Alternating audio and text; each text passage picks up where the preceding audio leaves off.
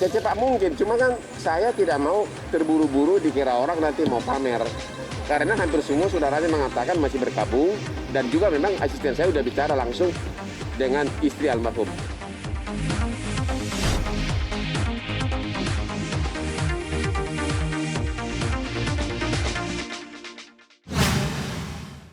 Soal kecelakaan itu kan kita sudah dengar dari mulai 3 hari lalu kurang lebih. Tapi video viral yang seorang anak nangis-nangis agar bapaknya tidak berangkat, itu baru saya tahu kemarin siang diposting sama orang. Saya waktu itu pas lagi duduk di sini juga ngopi, saya amati dan langsung secara spontan loh, tersentuh gitu loh ya, karena saya bisa rasakan saya ini sangat dekat sama orang tua, disayang sama orang tua, dan juga saya juga menyayangi anak-anak ya. Saya langsung otomatis tersentuh, ngebayangkan betapa bapaknya ya di kedalaman 800 meter. Entah bagaimana cara meninggalnya kita nggak tahu, tapi entah kenapa kok bisa anaknya melarang dia berangkat. Apakah itu suatu firasat atau memang hanya karena si anak tidak ingin pisah dari bapaknya? Ya hanya Tuhan yang tahu. Tapi saya secara spontan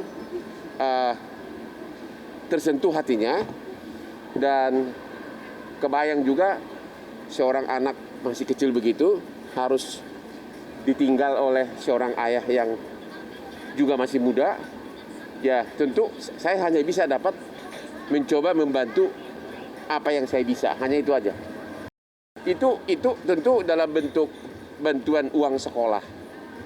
Cuma detailnya saya belum tahu. Yang jelas asisten saya sudah menghubungi Ibu Laras Putri, istri dari Sertu Letu Imam Adi. Sudah bicara. Cuma kan suasana masih sangat berkabung di sana, masih banyak tamu, kita tidak bisa dong bicara teknis. Jadi saya sudah telepon juga Pak Aris Merdeka Sirait, Komnas Perlindungan Anak, agar kalaupun suatu saat nanti menemui istri dan anak itu, agar bisa sama-sama ya. Tapi detailnya belum sampai ke arah sana. Secepat mungkin, cuma kan saya tidak mau terburu-buru dikira orang nanti mau pamer. Jadi karena hampir semua saudaranya mengatakan masih berkabung. Nanti kalau sudah, kita udah kasih tahu kira-kira kapan waktu yang tepat. Cuma kita kan belum dapat jawaban dan tidak mau mendesak. Cuma saya udah kasih tahu ke Komnas Anak, Pak Merdeka Sirait, agar dijembatani. Dan juga memang asisten saya udah bicara langsung dengan istri almarhum. Ya ini kan masih anak kecil, jadi udah pastilah dia sama ibunya kan. Dan saya yakin pendidikan biayanya nggak akan berat gitu loh. Itu kan namanya masih anak kecil kan. Jadi soal detailnya kita belum bicara, tapi memang saya itu hanya murni spontanitas. Karena itulah sifat saya, tanpa ada pencitraan kayak temannya dia ya, tanpa ada mau cari nama, otomatis langsung gitu loh. Begitu saya lihat langsung gua itu, lihat aja baju saya itu seadanya, tanpa persiapan langsung bikin video di IG itu tanpa persiapan apapun. Itu otomatis spontanitas. Pokoknya saya akan bantu semaksimal mungkin. Mengenai teknis detailnya kan harus bicara dengan ibunya. Jadi ke arah sedetail begitu belum ada. Cuma saya suka banget gaya anak itu yang benar-benar kelihatan sedih. Kelihatan sedih waktu dia selesai bapaknya dia pintunya dikunci, dianya kayak bersandar di pintu di tembok begitu. Jadi benar-benar alamiah, nggak dibuat-buat gitu loh. Dan memang anak-anak nggak mungkin dibuat-buat kan, nggak mungkin settingan seperti temannya dia. Ya itu saya juga bayangkan. Saya bayangkan itu pekerjaan yang sangat berat. Bisa segitu lama di bawah air, Tapi yang paling saya hatinya tersentuh adalah ngebayangin pada saat bagaimana almarhum itu mungkin bertahan untuk bernapas. bertahan untuk bernapas. Karena dia kan nggak tenggelam gitu aja kan, tapi berarti kan masih dalam ruangan. Cuma apalagi kan kita sering diumumkan di medsos di mana-mana bahwa udaranya mungkin akan habis jam sekian sekian. Kebayang gitu loh, rame-rame begitu bertahan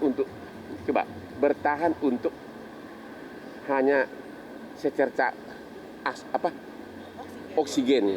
Itu benar-benar sangat memilukan gitu. Jadi ya saya sebagai manusia biasa hanya bisa mencoba menyumbangkan apa yang aku bisa, ngerti gak? Mencoba menyumbangkan apa yang aku bisa, hanya itu yang aku bisa. Itu kira-kira. Jadi mencoba menyumbang ya secukupnya, tanpa ada motivasi apapun, baik pencitraan atau apapun. Ya saya termasuk orang yang tidak pernah say no, untuk urusan anak. Saya orang yang tidak pernah say no untuk urusan anak. Kalau misalnya dari dulu kalau misalnya ada istri bilang besok acara di sekolah, ya, acara ini, acara drama, acara ini, acara terima rapot. Kalau saya diajak, pasti saya datang. Saya tinggalkan semua acara saya, sidang pun saya tinggalkan. Karena saya juga mendapat perlakuan yang sama dari orang tua saya dari kecil. Begitu. Jadi itulah yang background itulah yang melekat dalam diriku, sehingga secara spontan mencoba berbuat apa yang aku bisa buat.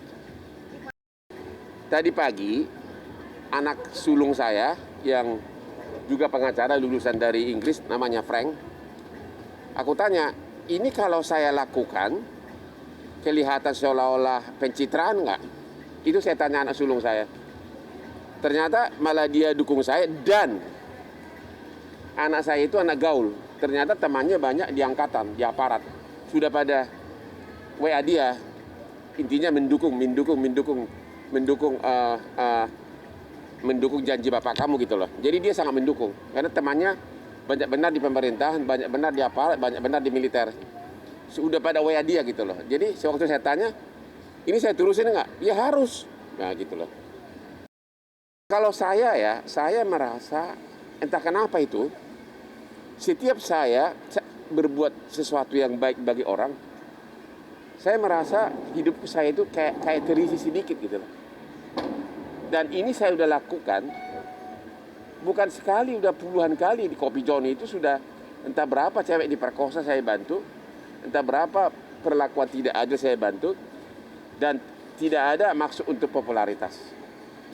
Karena saya udah populer, ngapain lagi gitu loh. Malah waktu saya terbuang banyak. Sudah banyak orang masuk di penjara gue bikin gara-gara memperkosa. Dengan viral di Instagram gue itu sangat berjasa. Sudah banyak tangis ibu, tangis orang tua yang saya coba bantu. Dari mulai anaknya yang dibuat di pelacuran, ada yang diperkosa, ada yang sampai hamil diperkosa, ada yang diperkosa sampai hamil, ada yang bapaknya berlayar, anaknya diperkosa. Itu pemerkosa sudah beberapa orang masuk penjara, dan itu semua spontan, gitu loh, nggak ada pencitraan apapun.